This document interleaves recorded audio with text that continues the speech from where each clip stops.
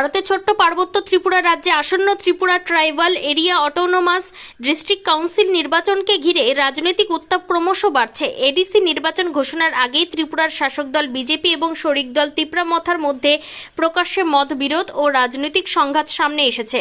এই পরিস্থিতিতে ত্রিপুরার ধলাই জেলা 48 কলমছড়া বিজেপি মণ্ডলের উদ্যোগে ধুমাছড়ায় আয়োজিত এক যোগদান সভায় ত্রিপুরার শাসক দল বিজেপির জোট শরিক তিপ্রামথা দল ও তিপ্রামথা দলের প্রতিষ্ঠাতা প্রদ্যুৎ বিক্রম মাণিক্য দেব বর্মাকে কড়া ভাষায় আক্রমণ করেন ত্রিপুরার মুখ্যমন্ত্রী ডক্টর মানিক সাহা।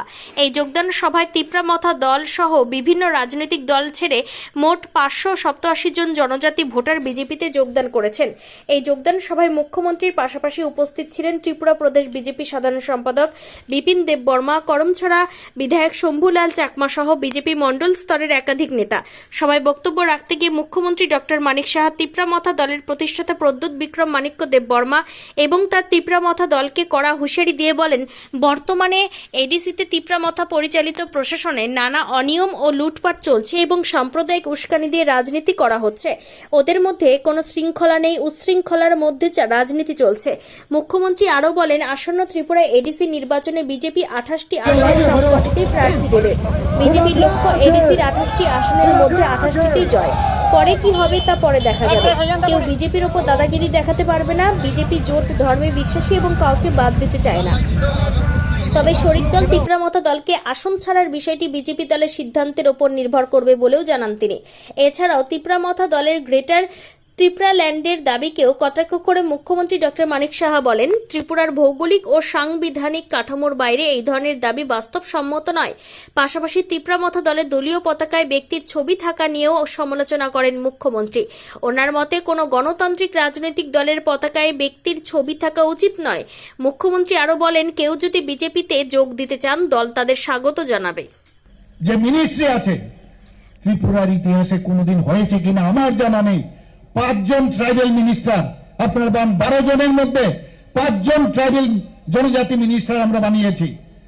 গত পরশুদিন আমরা ডিসিশন নিলাম, আমরা ভারতীয় জনতা পার্টির তরফ থেকে আমাদের যে পদ্ধতি আছে সেখানেও এই স্পিকার তৈরি করার জন্য আমাদের একজন জনজাতি প্রতিনিধিকে আমরা মনোনয়ন দিয়েছি। আগামী দিন, আগামীকাল বা এর মধ্যে নির্বাচন হবে, সেখানে উনি নির্বাচিত হবেন। একের পর এক জনজাতিদের উন্নয়নের জন্য, জনজাতিদের তাদের অধিকার রক্ষার জন্য যদি কেউ কিছু করতে পারে সেটা হচ্ছে ভারতীয় জনতা পার্টি। বন্ধুগণ, উনি বলছেন আমাদের যারা ভারতীয় জনতা পার্টি থেকে যাকে আমরা নমিনেশন দিলাম উনি একজন জনজাতি। সাথে সাথে উনি জানেন যে উনি নিশ্চয়ই জিতবেন। সাথে সাথে উনি কি বললেন যে আমি যেহেতু উনি জনজাতি গোষ্ঠীর, এর জন্য আমি উনাকে সমর্থন করি। খুব ভালো কথা। কিন্তু আপনি তো আবার আরেকজন জনজাতি গোষ্ঠীর উনাকে গদ্দার বলছেন, অদ্ভুত। আরেকজন, উনি তো তখন মনে হচ্ছে না উনি জনজাতি গোষ্ঠীর। আপনারা যখন আপনাদের লোকগুলো গিয়ে মারধর করে আমাদের জনজাতি গোষ্ঠীর, বেশিরভাগ তো 99.9% জনজাতি, তখন জনজাতির কথা মনে পড়ে না।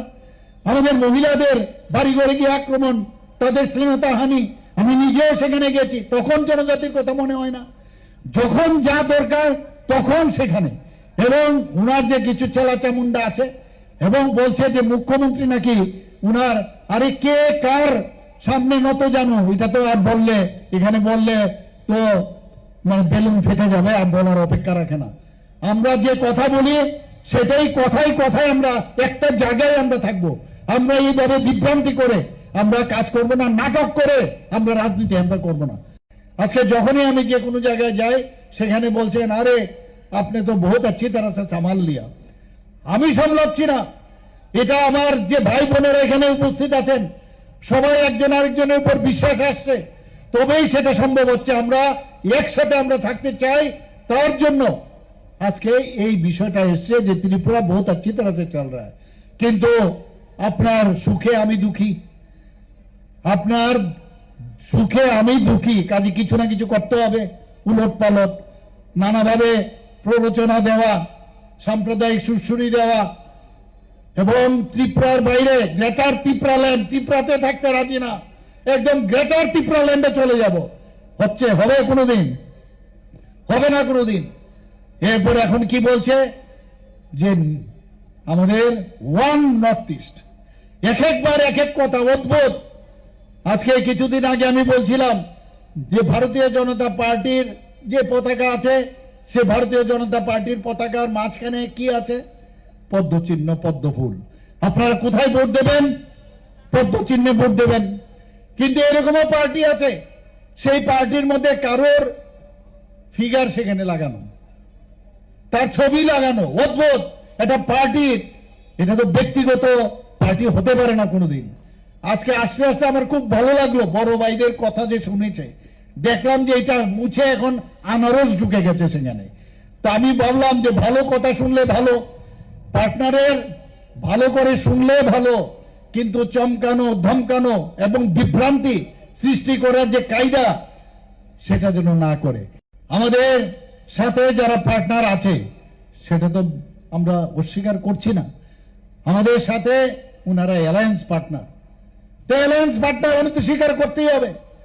কিন্তু আমাদের যে মূল যে উদ্দেশ্য, আমরা চাই ভারতীয় জনতা পার্টির যে 28টা যে আমাদের আসন সংখ্যা আছে, সেখানে আমরা আগামী দিন এই 28টা সংখ্যার মধ্যে আমরা অবশ্যই আমরা সেখানে প্রতিদ্বন্দ্বিতা করব।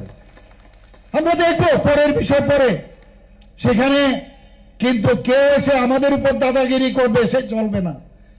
আমরা পার্টনার হিসাবে তাদের যতটুকু দরকার আমরা দিতেও পারি, নাও দিতে পারি, এটা আমাদের উপর নির্ভর করবে।